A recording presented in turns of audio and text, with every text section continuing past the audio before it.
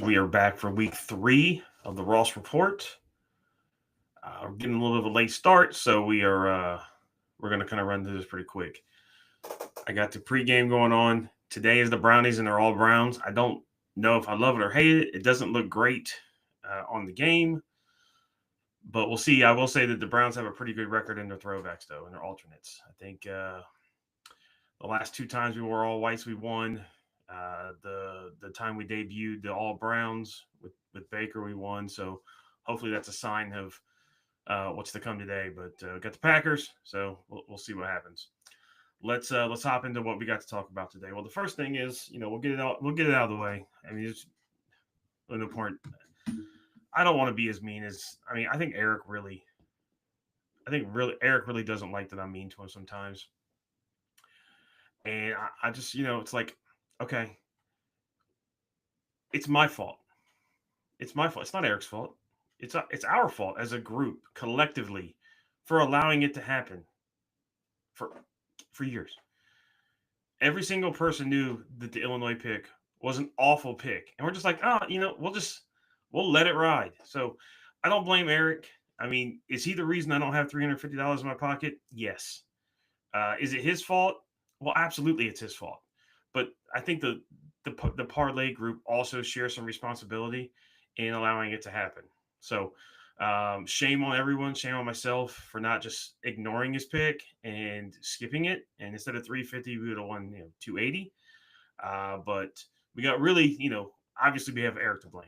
There's no way around that. But we really got to place some blames on ourselves. So awful decision by the parlay group to allow Eric to participate, and because of that, we went 5-1 yesterday and lost the parlay. We didn't just lose; we lost by 70 fucking points. 70 points. So that's that. Um, let's talk about Mandy's bets here. Hang on, I dropped them. All right. So Mandy six pack, roll pick 6. She is going Chiefs, Seahawks, Buccaneers, Eagles, Colts, and Broncos for the upset. So I think it was plus 1100. So it's a pretty good payoff. They're all big favorites except for like the Eagles is close, and the Broncos are dogs. So those are the pick 6 for her. She won last week. I think first time ever. So we're going to try to steering 2 together. All right, let's hop into fantasy. Let's talk about last week real quick. We'll talk a ton about it because I got fucking smoked. And the new Yahoo app is fucking trash, by the way. It's just trash. There's tons of ads. It's just garbage. I digress. All right. Pop into week 2 here. So just get me out of the way. There's not much to talk about. I lost by 50 points, 51 points to be exact. Josh Allen only got me 11 points. Basically, if Josh doesn't give me 30, I'm probably gonna get an L. My team is solid, but it's just McCarthy's not. Well, he's hurt now, so not gonna worry about Carson Wentz with Justin Jefferson. Ladd McConkey's always open, but they never throw into him in the end zone. Marion Hampton just doesn't get a lot of snaps, a lot of handoffs. I picked up Jawan Johnson, which is the second week in a row he's had a touchdown, so I think that's a big pickup for me. Tyreek got a little bullshit touchdown there that didn't matter, but that helped. But the big thing for me is going to be Quinshawn. Quinshawn looked great last week. It's his first time playing. He hadn't practiced in weeks, so he's going to get a majority of the carries today. I am going to bet him to score 2 touchdowns. It's plus 1,900 for 2 touchdowns, so I'm going to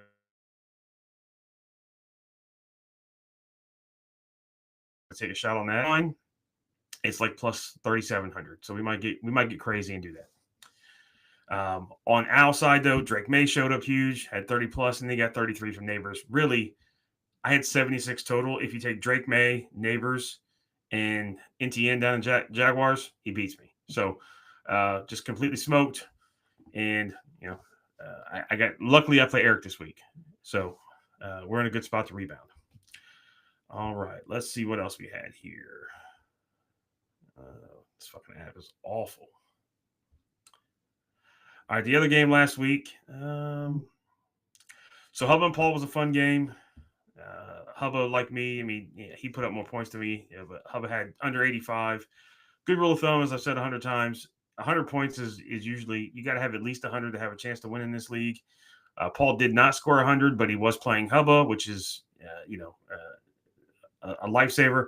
Hubba started Jalen Hurts, got 11 and a half points. He had Jordan Love on the bench for 25. So it's a 13-point difference.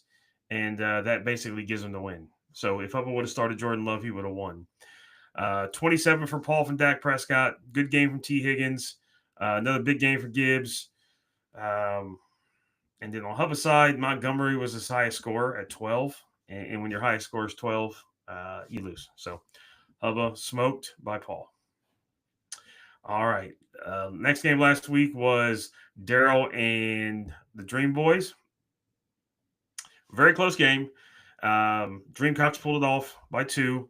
Matchup wise, they got Caleb, 21 from Caleb Williams, which is huge for them. Any other Bijan for 18. But Tucker Kraft, I think this is 2 weeks in a row. He's had either 20 or close to 20. So, but they just traded him, right? Am I crazy? They just traded him. So, anyways, their best player they traded, but we'll see what happens.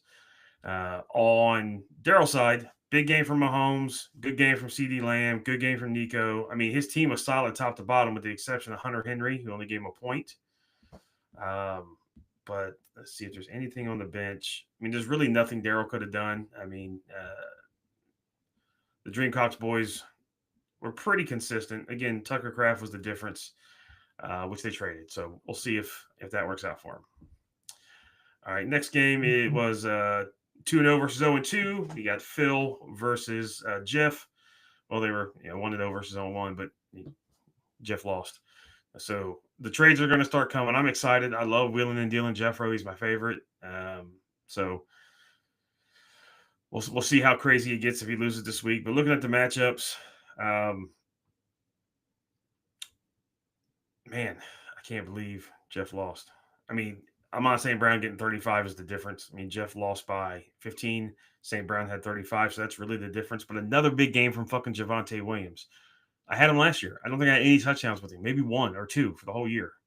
And he's got like three touchdowns. Maybe 4. He's got 4 touchdowns so far this year. So another big play for Phil and Javonte. Complete bullshit luck. Joe Burrow goes down, only scores 9.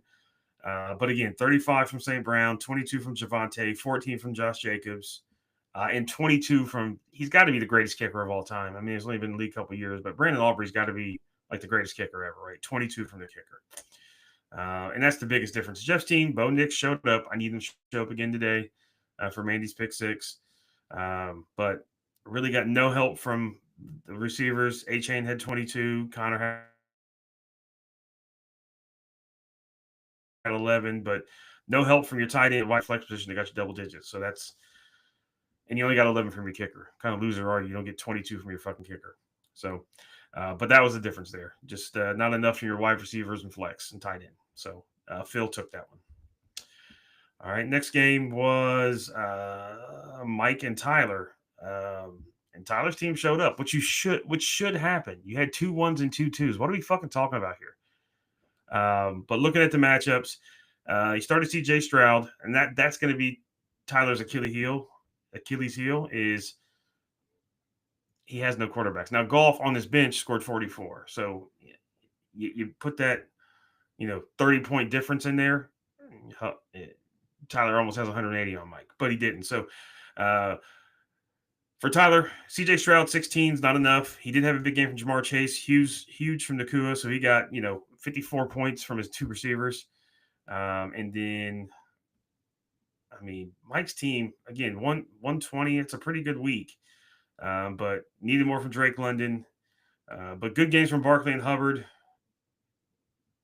But I think Tyler's, again, with the exception of the quarterback and the tight end, Tyler's whole team showed up. So Kenneth Walker on his bench had 18. So Tyler's whole team balled out. Mike caught him at a bad week. But again, if this isn't consistent, which I don't think it will be, it just shows how bad Tyler is at drafting. So 2 1s and 2 2s, and you're 1-1. And come on. All right, last game of last week was old Should I just call him Nile and Tim? I don't know. The purple football team. Time for name change, guys. In the Terror Squad. So versus Eric, I mean, you lost the parlay by 70 points. You scored 58 in fantasy. What are we fucking doing as a group? What are we doing as a group? 58 points? Like, I knew that, but I just saw it again. He scored 58 points. And then followed up with losing a $350 parlay by 70. What are we doing? Now and Tim smoked him. In the story. Good news. Eric plays me this week. I'm excited about that. All right, so that was last week. Let's go ahead and quickly hop into week 3. Talk to matchups here. All right, let's just get me and Eric out of the way. This is going to be a blowout in the story. I mean, it's going to be it's been a long week for Eric. 58 last week, lost by 70 on the parlay. Your fat friend's going to beat the fuck out of you and be merciless about it. Commanders got a backup quarterback in. I said triple Yabo, but knowing that you scored 58 last week, this is a quad Yabo. He's on the hook for a quad Yabo. So that's what we're all rooting for. It's what's going to happen. I'm going to smoke him. Matchup wise, I'm up 42-0. I got 30 from Allen, 13 from Tyreek Hill. I mean, he's going to need 40 from Baker to make this close. If Baker doesn't score 40, I win by 30. I'm going to say that again. If Baker doesn't score 40, I win by 30. So that's that. All right, the other matchup here, 1-1 Hubba and 1-1 Nile and Tim. Yahoo has Hubba favored by about 6. Matchup wise, damn, what the fuck's he doing with him in the lineup? I mean, so now I brought in a ringer.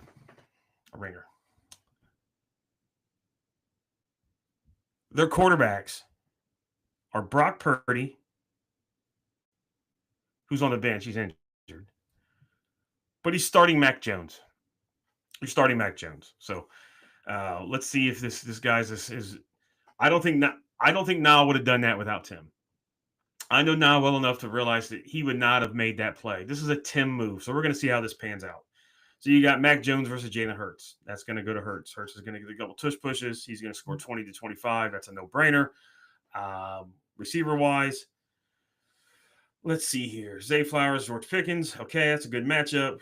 I mean, you got Parasol. So you're really banking everything on Mac Jones not being Mac Jones. So that's what the game's going to come down to. He's got Travion in the lineup. He did trade for Tucker Kraft, which is his best player. So a tight end for Green Bay against the Browns defense, though. Again, I know everyone clowns the Browns. 0-2. There's no one defense in the league. That's a fact. I mean, that's not just me, running my mouth like I always do. That's an actual fact. Number 1 D in the league, Tucker Kraft, not going to have a 20-point game. Anything else I want to mention here? No, it's Mac Jones. So I'm taking Hubba by 20. All right, next game here. Daryl and Tyler. So Daryl's 0-2, needs this big, and this is a division game. Tyler has the advantage because of the 4 picks in the 2 rounds, but the 2 extra picks. And he's only favored by 10, but he got 19 already from James. So that skews the what Yahoo. I think it was a 2-point game before the James Cook game. So matchup wise, I'm going to 43 again. People forget that he's Jared Goff. It's going to happen 3 times a year, but the other 12, 14 games, he's going to give you a 15 to 18. Tyler needs a quarterback desperately. Not as desperate as Nile and Tim. I got Justin Herbert on the bench, by the way, if you want to make a deal. But Tyler needs a quarterback. Mahomes is going to outplay Goff. Mahomes got the Giants. They're 0-2. Mahomes is going to go off. So I would definitely smash. I would smash the Chiefs with the points and the over.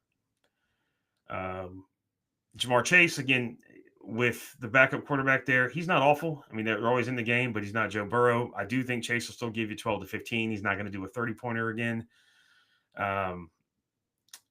Nico, the matchup with Jacksonville. I don't see a way that Tyler pulls this off. I'm sorry. I don't see a way that Daryl pulls this off. The matchups just don't favor him.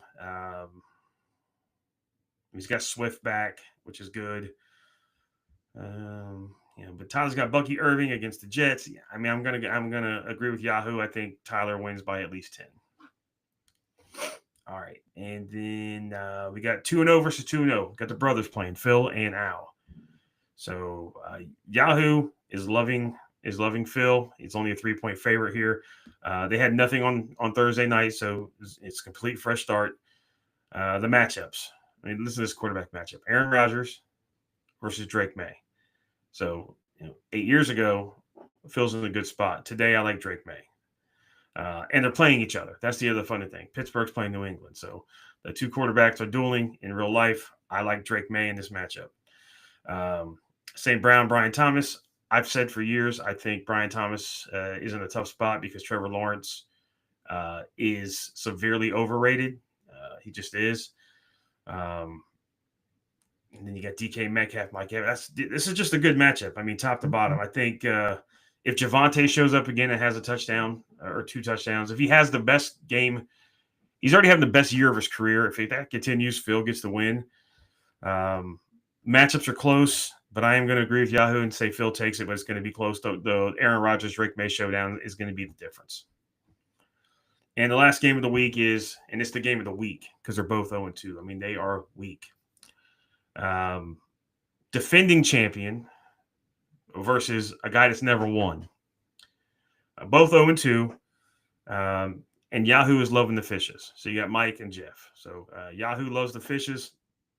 Matchup-wise, Jeff's made the move to Danny Dimes. Again, quarterback matchup, and this one's going to be the difference. You got Lamar versus Danny Dimes. Danny Dimes is playing Tennessee, and Paul, this isn't a shot. I mean, the Titans are fucking awful. But Paul himself mentioned that they had a couple key defenders out on maybe it was Fortnite or something the other day. So it's bad enough that the Titans, now they don't have – how bad are the backups for the Titans? They're already fucking awful. So I do think Danny Dimes has a good game, but Lamar tends to show up on big games. It's a Monday night game, prime time, so Lamar's going to drop 30. The other matchups, I like Drake London over Ted McMillan. I love Devontae Adams over Calvin Ridley. Barkley's. I like Barkley over 8. It's just there's no way around it. Jeff's going to go 0-3, and then the trades are going to be fucking wild. So the real question I have is, and we'll never get a straight answer from Jeff. We just won't. If we didn't severely ridicule Tyler so bad for being such a fucking douche last year and quitting, essentially quitting in week 4, he'll tell you it's week 7. He was sitting on my couch in week 4 saying, I'm trading fucking everybody. That literally happened. So even though he made the trade in week 7, he decided he was doing it in week 4. It was in right behind me. He said, if this doesn't change, I'm trading everybody, Dad. And I knew it. Would Jeff do what Tyler did if we didn't ridicule Tyler so bad? I think he would. I think Jeff is honest about his team. He made an awful deal last year, which is why he's in this position probably.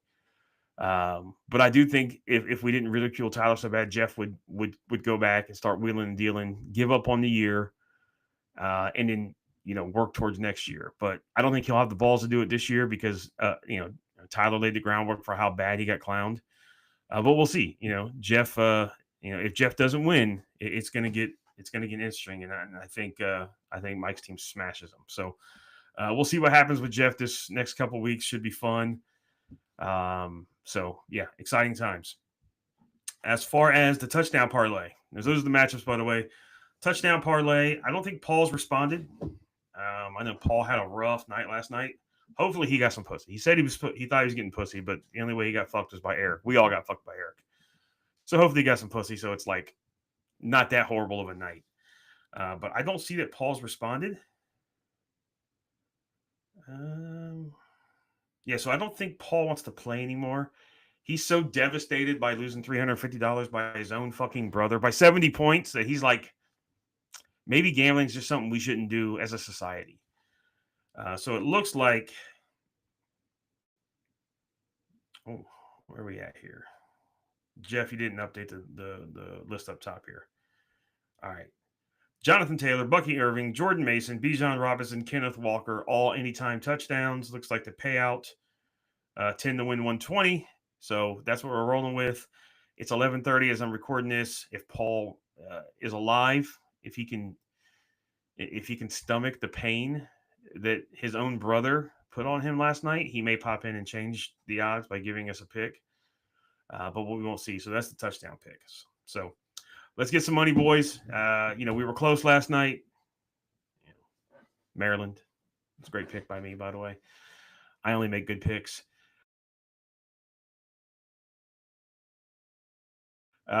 Jeff came through in the clutch with Purdue, but that, poetic that Eric is the reason that we lost. So hopefully Paul can overcome the pain, get on here, make his pick. You got to man up, dude.